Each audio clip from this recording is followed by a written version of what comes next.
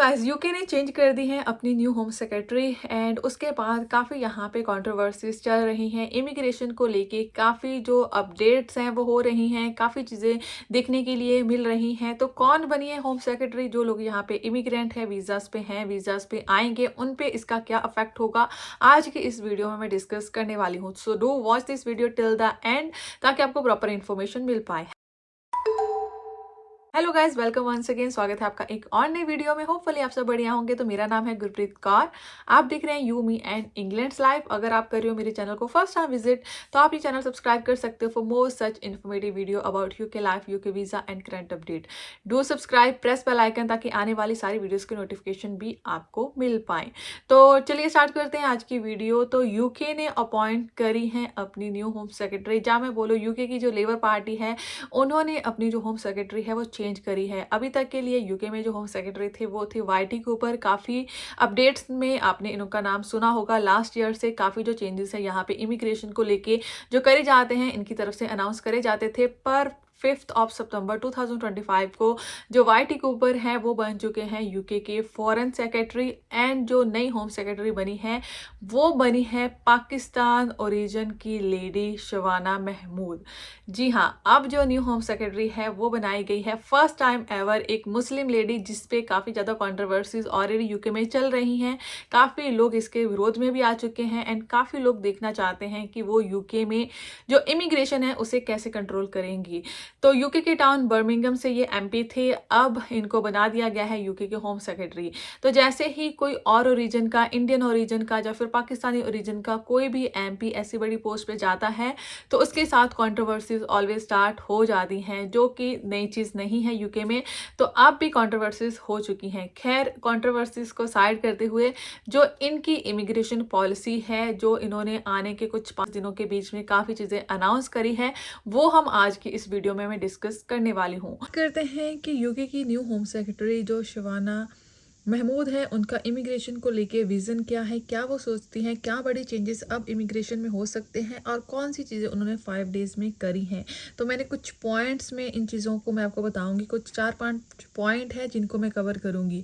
तो सबसे पहला जो पॉइंट है वो इलीगल इमिग्रेशन को लेके है, जिसके बारे में बहुत क्लैरिटी के साथ शिवाना ने जब से वो अपॉइंट हुई है बात करी है। तो शिवाना का मानना है कि जो इलीगल इमिग्रेशन है उस पर जो टॉलरेंस है वो 0 होनी चाहिए। चाहे चैनल क्रॉसिंग के थ्रू आ रहे लोग, चाहे स्मगलिंग के थ्रू आ रहे हैं। काफ़ी लोग यहाँ पे ह्यूमन स्मगलिंग के थ्रू आते हैं, इलीगल तरीके से जो चैनल क्रॉस करके आते हैं, उनको शिवाना टोटली रोकना चाहती हैं। वो उनकी फर्स्ट प्रायोरिटी है, ऐसी उन्होंने काफ़ी जो अब तक स्टेटमेंट्स हैं वो दे दी हैं।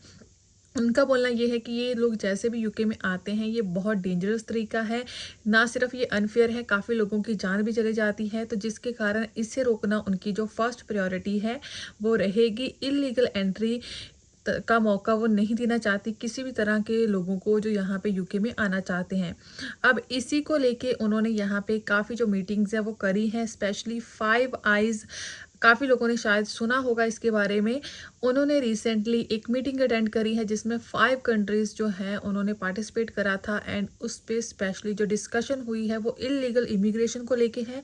ह्यूमन यहाँ पे स्मगलिंग होती है उस चीज़ को लेके है। एंड ये काफ़ी देर से चल रही थी। जो पहले के होम सेक्रेटरी थे उन्होंने भी बात करी थी कि वो इन कंट्री से बात करेंगे, पर जैसे ही शबाना अपॉइंट हुई सबसे पहले उन्होंने 5 कंट्रीज़ के साथ बात करी है। तो यहाँ पे जो 5 आइज़ एग्रीमेंट है उसके थ्रू जो 5 कंट्रीज है, जिसमें आता है United state, Canada, Australia and New Zealand. तो कलेक्टिवली ये 5 कंट्रीज़ जो हैं वो उनकी जगह पे इन कंट्रीज़ के अंदर जो भी इलीगल वर्कर्स हैं उनको पकड़ेंगी एंड कलेक्टिवली उनको उनकी कंट्रीज़ में वापस भेजेगी। तो यहाँ पे सिर्फ यूके नहीं है, इसके अलावा जो बाकी कंट्रीज़ भी है, जो भी 5 आइज़ में कंट्रीज़ हैं, जो भी लोग यहाँ पे इलीगली वर्क करते हैं, वो सभी के सभी जो इलीगल वर्कर्स हैं या फिर इलीगल इमिग्रेंट्स हैं उनको उनकी कंट्रीज़ में वापस भेजेंगे। तो अमेरिका का नाम पहले ही काफ़ी आ रहा है ऐसी न्यूज़ में कि उन्होंने इलीगल वर्कर्स को भेजा है। यूके ने भी काफ़ी वर्कर्स को पकड़ा एंड भेजा है। अब स्पेशली एक एक एग्रीमेंट साइन कर लिया गया है कि ये जो कंट्रीज़ हैं ये सारी की सारी पार्टनर कंट्रीज़ अब जो इलीगल लोग हैं उनको उनकी कंट्रीज़ में वापस भेजेंगी। और यहाँ पे स्पेशली यूके ने एक और जो अनाउंसमेंट करी है, स्पेशली यूके की जो न्यू होम सेक्रेटरी है जिस पे उन्होंने बात करी है, रिसेंटली यूकेवीआई की जो वेबसाइट है उस पर भी इसके बारे में प्रेस रिलीज करी गई है कि जो कंट्रीज़ के लोग यूके में आते हैं एंड अगर यूके उनको उनकी कंट्रीज़ में वापस भेजता है एंड वो कंट्रीज़ मना कर देती हैं यूके के भेजे हुए लोगों को अपनी कंट्री में वापस लेने के लिए, अपने सिटीजन्स को वापस लेने के लिए, उस कंडीशन में इन कंट्रीज से जो भी लोग आते हैं, जो भी वीज़ास ग्रांट करे जाते हैं इनके सिटीजन्स को, उन पे भी रिस्ट्रिक्शंस लगेंगी। यहाँ पे हर तरह का वीज़ा हो सकता है, स्टूडेंट वीज़ा, वर्क वीज़ा या किसी भी तरह के वीज़ा के थ्रू अगर लोग इन कंट्रीज़ में यूके में एंटर करते हैं तो आने वाले टाइम में और ज़्यादा रिस्ट्रिक्शंस लगेंगी उन वीज़ा कैटेगरीज पे।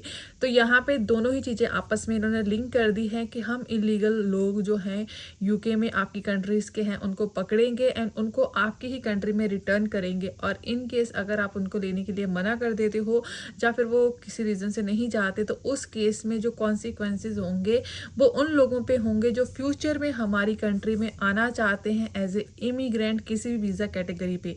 तो यहाँ पे काफ़ी कंट्रीज अफेक्ट में आने वाली हैं। तो जो लोग मेरी वीडियो देखते हैं साउथ एशिया से, इंडियन, पाकिस्तानी, बांग्लादेशी, नेपालीस, उन सब पे भी बहुत बड़ा अफेक्ट होगा क्योंकि यहाँ पे काफ़ी इलीगल लोग वर्क करते हैं और इलीगल इमिग्रेंट बन के यूके में रहते हैं। अगर ऐसे लोग पकड़े जाते हैं और किसी रीज़न से वो अपनी कंट्री में नहीं जा पाते या उनकी कंट्रीज़ उनको वापस नहीं लेती तो उस केस में जो फ्यूचर एप्लीकेशंस होंगी या फ्यूचर जो लोग यहाँ पे फ्यूचर में आना चाहते हैं उन पे भी इस चीज़ का अब जो अफेक्ट है वो हो सकता है। तो ये कुछ रीसेंट स्टेटमेंट आई हैं जस्ट इन 5 डेज़। अभी जस्ट 5 डेज़ हुए हैं यूके के होम सेक्रेटरी को चेंज करे हुए और 5 डेज़ में कुछ बड़ी चीज़ें जो है, जो न्यू डेवलपमेंट्स है वो हो चुकी हैं। अब इसके अलावा जो यहाँ पे सेकंड पॉइंट है फ्रांस रिटर्न एग्रीमेंट। तो फ्रांस के साथ यूके ने एक एग्रीमेंट करा है जिस पे उन्होंने डील करी है कि जो भी लोग फ्रांस से यूके में एंटर करते हैं थ्रू चैनल इलीगली तरीके से, उनको वापस फ्रांस में भेजा जाएगा। इसीलिए इसका जो नाम है वो दिया गया है फ्रांस रिटर्न एग्रीमेंट। तो काफ़ी असाइलम के केसेस आते हैं उन लोगों के जो स्पेशली फ्रांस से यूके में आते हैं एंड काफ़ी जो यहाँ पे केसेस है वो पेंडिंग भी है। ये टैक्स पेयर पे बर्डन है। इस एग्रीमेंट को साइन कर लेते हैं जो कि अब हो चुका है। इससे क्या होगा कि एक तो डिपोर्टेशन फास्ट हो जाएगी क्योंकि जहाँ से जिस भी रास्ते से लोग आए हैं उसी रास्ते से उन्हें वापस भेजा जाएगा। तो ये तो बात हुई कि यहाँ पे क्या चीज़ें करी गई हैं। अब मैं बात करूँगी कि इनका क्या अफेक्ट होगा उन लोगों पे जो यूके में इमिग्रेंट हैं। तो सबसे पहले यहाँ पे जो लीगल इमिग्रेंट्स हैं उन पे कोई ज़्यादा अफेक्ट नहीं आएगा अनटिल अनलेस जो मैंने पहले बात करी है कि अगर इन केस ऐसा कुछ होता है कि कंट्रीज नहीं लेती तभी जो फ्यूचर में आने वाले एप्लीकेंट्स हैं उन पे अफेक्ट आएगा। पर जो लोग अब ऑलरेडी यूके में हैं उनके लिए अभी तक के लिए कोई भी अनाउंसमेंट नहीं करी गई है। उनके लिए बस इतना ही है कि जो भी आपके रूल्स है वो फॉलो करो और जो आप अगर इलीगल एक्टिविटीज़ करते हैं तो मत करिए, या फिर अगर आप इलीगल होने का सोच रहे हैं, अपना वीज़ा स्टेटस छोड़ने का सोच रहे हैं तो वो आने वाले टाइम में आपके लिए डेंजरस हो सकता है।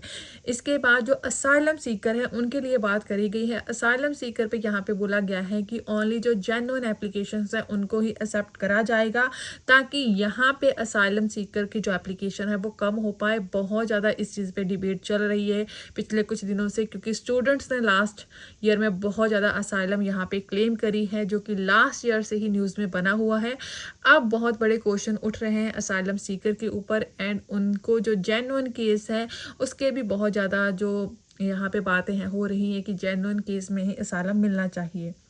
यहाँ पे पॉइंट नंबर 3 इलीगल इमिग्रेंट्स का तो क्लियरली मैंने पहले ही मेंशन कर दिया है कि उनकी डिपोर्टेशन ज़्यादा से ज़्यादा होगी, ज़्यादा से ज़्यादा जो अरेस्ट है वो करे जाएंगे। एक डेटा भी शेयर करा गया है जो होम ऑफिस ने रिसेंटली प्रेस रिलीज़ करी थी, उसमें बात करी थी कि लास्ट ईयर उन्होंने 35,000 लोगों को यहाँ से पकड़ा था एंड उनको डिपोर्ट करा था एंड इस ईयर या फिर जो नई होम सेक्रेटरी बनने के बाद ये जो नंबर है और ज़्यादा इंक्रीज़ होगा।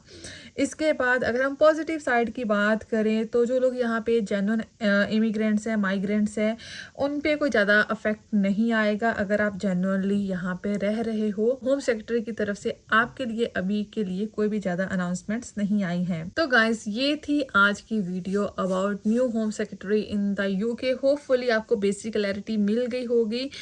अगर आपका कोई डाउट है let me know in comment section. अगर आप चाहते हैं किसी स्पेसिफिक टॉपिक के बारे में वीडियो देखना तो वो भी मुझे कमेंट सेक्शन में मेंशन कर सकते हैं। इसके अलावा आप मुझे फॉलो कर सकते हो ऑन इंस्टाग्राम, फेसबुक का ग्रुप भी ज्वाइन कर सकते हो, पेज भी लाइक कर सकते हो एंड आप मेरा सेकंड यूट्यूब चैनल भी सब्सक्राइब कर सकते हो। तो गाइस जल्दी मिलते हैं नेक्स्ट वीडियो में। Till then keep subscribing, keep supporting, bye bye.